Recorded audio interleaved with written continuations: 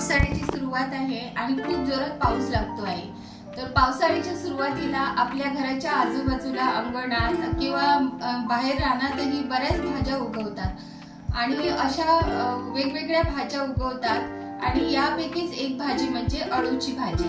तर ही अळूची भाजी आपण कशी करायची ते आज आपण पाहूया। नमस्कार, मी शीतल किचन मध्ये तुमचं स्वागत करत आहे। तर अळूची भाजी करण्यासाठी सुरुवातीला आपण कोणकोणते साहित्य घ्यायचं आणि कशा प्रकारे करायची हा व्हिडिओ तुम्ही सुरुवातीपासून अगदी शेवटपर्यंत बघा। आणि तुम्हाला जर हा व्हिडिओ आवडला असेल तर माझ्या शीतल किचन या चॅनलला लाईक, शेअर आणि सबस्क्राईब नक्कीच करा। तर चला आपण पाहूया।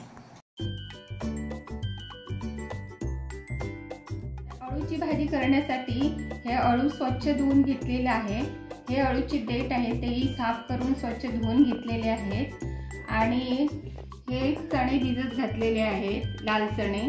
ही लसूण आहे, हे कोकम आहे आणि ह्या मिरच्या आहेत। ही लसूण नंतर सोलून चांगली घ्यायची। आणि अळूची तर भाजी आपण करणारच आहोत, पण एक गंमत दाखवते ते म्हणजे हे अळूच्या पानावरील पाण्याचे थेंब।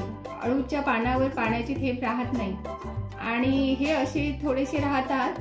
पावसाचं जेव्हा पाणी पडतं तेव्हा पानावर थोडे थेंब असतात आणि ते असे हिऱ्यासारखे चमकतात। अळू आता आपण छानपैकी चिरून घेतलेला आहे आणि अळूचे देठही चिरलेत। आता हे चणे आपण शिजत घातले आहेत, चणे थोडे शिजले आहेत आणि त्याच्यात हे अळू आपण शिजायला ठेवूया। हे अळू आणि देठ दोन्ही एकदम या पाण्यातच शिजायला घालायचे आणि अळूला फोडणी असते ती वरून घालायची असते। ह्या मिरच्या आणि हे कोकम हे सगळं एकत्रितपणे शिजवायला ठेवायचं आणि मीठ घालायचं, चवीसाठी मीठ।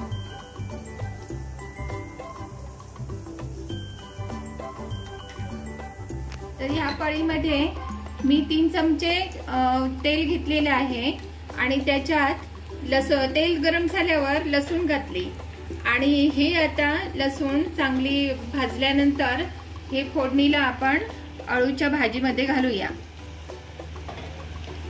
तर अळूच्या भाजीमध्ये ही वरूनच अशी फोडणी द्यावी लागते। अशी फोडणी दिलेले अळू खूप छान लागतं आणि अळूमध्ये कोकम हे घालायलाच हवं। कोकम नाही तर नसेल तर चिंच घातली तरी चालते, कारण अळूला एक प्रकारची खाज असते, ती चिंच किंवा कोकम घातल्यानंतर कमी होते। तर हे आपण आता या भाजीमध्ये घालूया। अळूच्या भाजीमध्ये मी आता फोडणी घातली आणि चांगलं हे मिक्स करूया आणि ही अळूची भाजी जवळपास तयार झालेली आहे।